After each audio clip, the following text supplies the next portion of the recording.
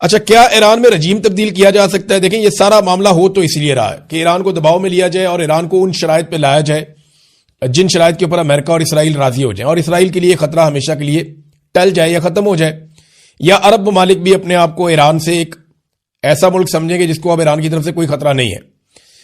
حالانکہ ایران کے معاملات عربوں کے ساتھ کبھی اتنے برے اس طرح رہے نہیں، زیادہ ان کا پھڈا جو ہے وہ اسرائیل کے ساتھ ہی رہا ہے۔ بہرحال، کیا ایران میں رجیم تبدیل کیا جا سکتا ہے؟ تو اب تک جو صورتحال دکھائی دے رہی ہے اس میں ڈونلڈ ٹرمپ بار بار اپیل کر رہے ہیں ایران کی عوام سے کہ آپ نکلیں اور نکل کر آپ حکومت پہ کنٹرول کریں، اور ڈونلڈ ٹرمپ بار بار اپیل کر رہے ہیں ایرانی فورسز پہ، دھمکی بھی لگاتے ہیں، اپیل بھی کرتے ہیں کہ جناب آپ ہتھیار پھینک دیں اور اس لڑائی کا حصہ نہ بنیں اور آپ حکومت کی بات نہ سنیں۔ اس قسم کے پیغامات جو ہیں وہ ہیکرز پھیلا بھی رہے ہیں، اور جو موساد ہے اسرائیلی ایجنسی، وہ بہت زیادہ اس میں پروپیگنڈا کرنے میں تیز ہے، وہ وہاں پہ ایران کے اندر بھی پروپیگنڈا کروا رہے ہیں۔ لیکن اس کے باوجود جو بات صاف دکھائی دیتی ہے، زمین پر اترے بغیر ایران میں رجیم چینج کرنا شاید ممکن نہیں ہوگا۔ آیت اللہ خامنئی جو ہیں، وہ ان کی عمر دیکھیں نا، اب 86 سال ان کی عمر تھی، اس عمر کے اندر وہ شہید ہو گئے۔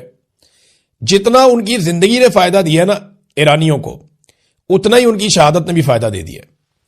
یعنی جو انہیں اس بات کا آئیڈیا تھا، اب کچھ لوگ یہ کہہ رہے ہیں تجزیہ کار کہ آیت اللہ خامنئی خود شہید ہونا چاہتے تھے، اور ان کی یہ خواہش تھی کہ ان کو شہید کر دیا جائے، کیونکہ وہ یہ جانتے تھے کہ اگر انہیں شہید کر دیا گیا تو اس کے بعد ایران میں رجیم چینج کرنا جو ہے وہ بہت مشکل ہو جائے گا، کیونکہ عوام کی ایک بہت بڑی ویو کھڑی ہو جائے گی اور ایک بڑی ہمدردی مل جائے گی آیت اللہ خامنئی اور ان کے حمایتیوں کو، تو اس کے بعد رجیم چینج کرنا شاید ممکن نہیں رہے گا۔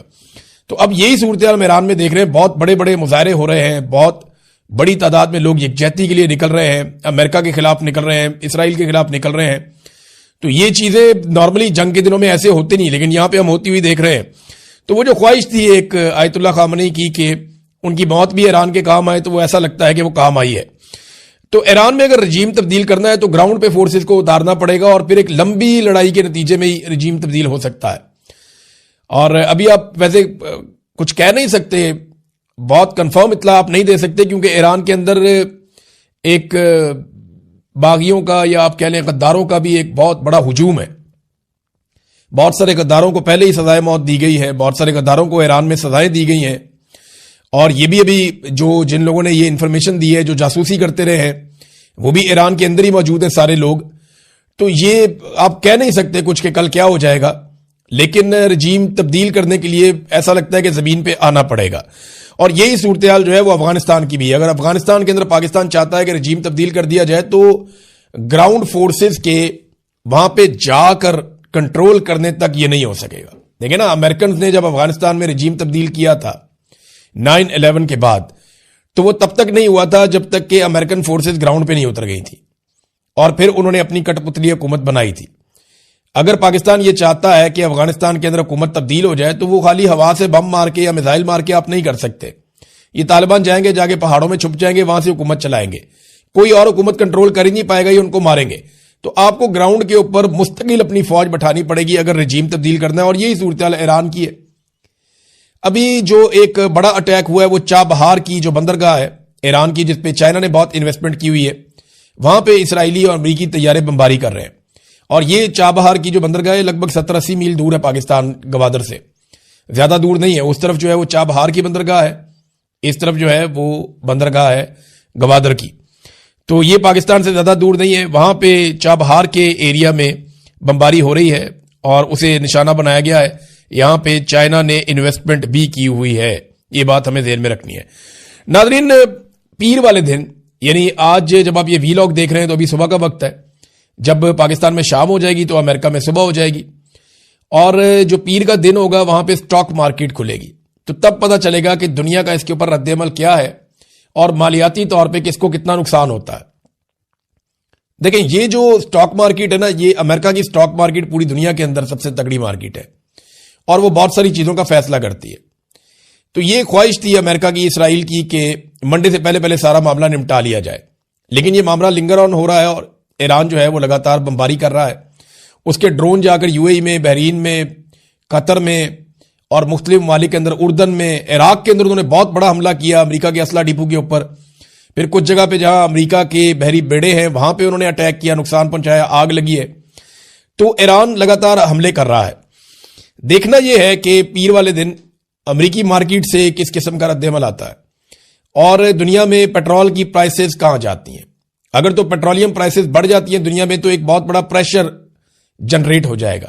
امریکہ اس لڑائی کو جلدی نمٹانا چاہتا ہے. ڈونلڈ ٹرمپ کی خواہش ہے جتنی جلدی ہو جائے یہ معاملہ نمٹ جائے اور رجیم چینج آپریشن اگر وہ مکمل کر سکے یا جو بھی اہداف انہوں نے اور حاصل کرنے ہیں وہ کر لیں. لیکن ایران اس کو لمبا کھینچتا ہوا دکھائی دے رہا ہے. ایران کے لیے چیلنجز بہت زیادہ ہیں لیکن کیونکہ اب وہ ایسی سچویشن میں آ گئے ہیں کہ اگر ہم ڈوب رہے ہیں تو ہم آپ کو بھی لے کر ڈوبیں گے. لمبی جنگ جو ہے وہ خلیجی ممالک کو بھی سوٹ نہیں کرتی. آپ دیکھیں نا جو خلیجی ممالک ہیں ان کا انحصار 3-4 چیزوں پہ ہے.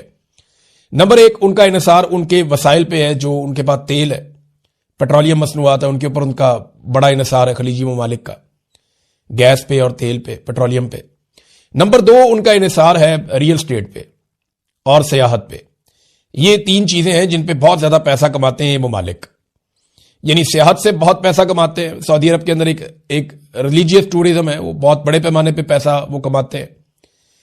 اور دوسرا جو ہے وہ تیل کی، دیکھیں اب آمدورفتی رک جائے گی اگر سمندر کے حالات ٹھیک نہیں ہوں گے اور ایران رستے بند رکھے گا اور یہ خطرہ رہے گا کہ تیل بردار جو جہاز جا رہے ہیں ان کے اوپر میزائل گر جائے گا تو وہ تو پہلے ہی فیول ہے، اس کے اوپر تو اگر ڈرون بھی گر جائے تو وہ سارا تباہ ہو جاتا ہے.